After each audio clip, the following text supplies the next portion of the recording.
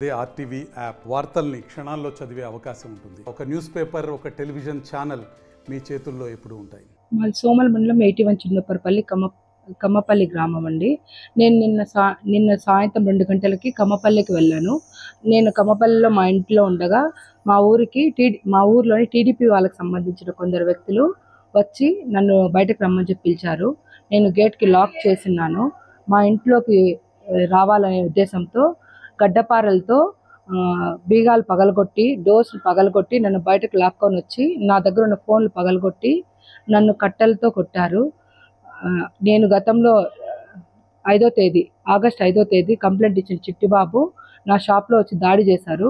దానికి సంబంధించిన వ్యక్తులు కూడా నా పైన నిన్ను దాడి చేశారు. వాళ్ళ మనమ్మ, జానకి, చిట్టిబాబు, బొబ్బ వెంకటరమణ, ఉషారాణి, మమత, హేమలత, హరీష్ నాయుడు వీళ్ళందరూ ముక్కుమ్మడిగా నా పైన దాడి చేసి నన్ను గాయపరిచినారు.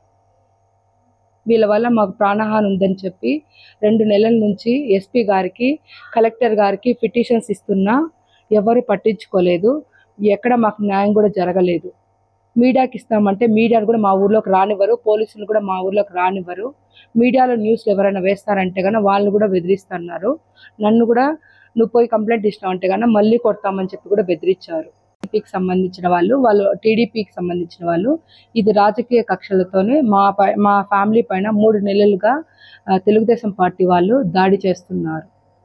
దీనికి సంబంధించి ఎన్ని కేసులు పెడుతున్నా, ఎన్ని పిటిషన్స్ పెడుతున్నా ఎవ్వరూ మాకు ఇంతవరకు సహాయం చేయలేదు. 2 నెలల నుంచి మేము ఊర్లో కూడా పోకోకుండా పొంగనూరులోని తలదాచుకుంటున్నాము. మాకు సంబంధించిన వస్తువులు ఉంటే పోయి తీసుకొని వచ్చుకుందామని వెళ్తేనే అక్కడికి వెళ్ళేసరికి నన్ను పట్టుకొని కొట్టినారు. మరిన్ని వీడియోస్ కోసం ఛానల్ ని సబ్స్క్రైబ్ చేయండి. లేటెస్ట్ అప్డేట్స్ కోసం వాట్సాప్ ఛానల్ ని ఫాలో చేయండి.